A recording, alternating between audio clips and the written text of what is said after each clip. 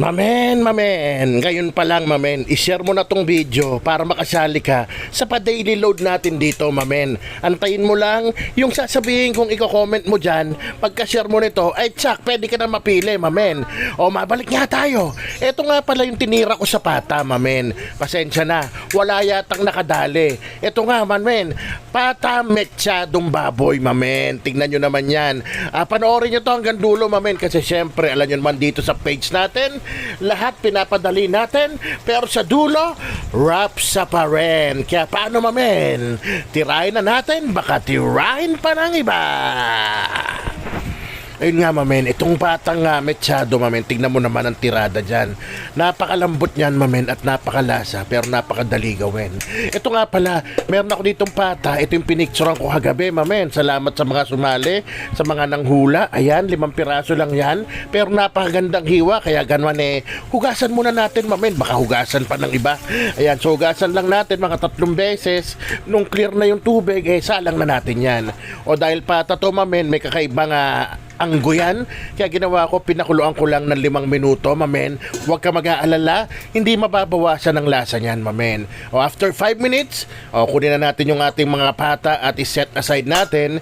Itong tubig naman, mamen, iset aside natin sa basurahan yan, mamen. Discard na natin yan at medyo linisan natin yung ating wok, mamen. So same wok tayo. Naglagay lang ako ng tamantiks at prituhin natin tong patatas at carrots, mamen. Alam ko hindi naman sabay maluluto yan. Lalo na mas maliit yung hiwa ko sa carrots. Ayan kaya tinanggal ko muna yung carrots. Ganun kasimple yun mamen, para sabay na sila, diba? Sayang naman kung isa-isahin mo pa. O pag medyo nag-brown na yung patatas, sama nyo na yung green and red bell pepper mamen, at bumilang ka ng mga 20 to 30 seconds, goods na yan. O gagawin mo na lang dyan mamen, sasantabi mo muna. At itong wok natin, dyan na rin tayo tumira mamen. Bawasan na lang natin yung tamantiks, mag-isa na tayo diretso. Sibuyas ang inuna ko mamen, onting halo-halo. Isunod nyo na yung bawang nyo mamen, tas onting halo-halo, tapos sunod nyo na yung kamatis nyo mamen, tas medyo haluin nyo, medyo durugin nyo yan mamen. O sabay na rin natin itong tomato paste para maluto na siya at mabawasan ang kaasiman niya sa buhay niya mamen. Tapos mamen, irerekta ko na rin yung mga panimpla dito kahit wala pa yung pata mamen, kasi mahirap mamaya haluin yan pag inisa-isa pa natin lagay mamen. O yan, basic na basic, oyster sauce, toyo mamen, di mawawala, at onting nor seasoning. Ayan, paminta, nilagyan ko rin.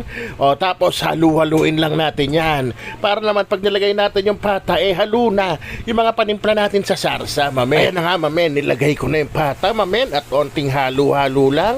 Pag medyo kumalat na yung ating nilagay ng mga panimpla dun sa pata, lagyan na natin yan ng criminal water mamen.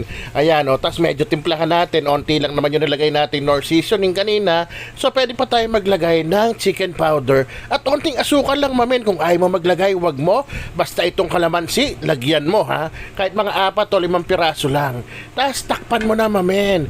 O after ilang minuto, kumukulo na yan mamen. Andyan na lahat yan mamen, titikman na lang natin kung may diferensya, habulin natin mamen. So pakuluan nyo lang hanggang lumambot, hanggang ma-reduce yung sarsa. Ang akin inabot ng 35 minutes mamen. O kung nandiyan ka pa, i-like and share mo na tong video para kasali ka na, tapos i-comment mo dyan sa baba, I love pata mechado ni mamen, I love pata mechado ni mamen. O baka manalo ka ng pang daily load, diba? Goods na goods. Ayun, hiniwa ko nga yung pata para lumubog siya mamen, ginupit ko lang para lumapat. O goods na yan, napakalambot na at napakalapot na ng sarsa. Tinikman ko na, goods na goods. Nilabas ko na rin yung mga gulay niya mamen, at onting halo na lang yan at isisigaw ko na, rapsa man.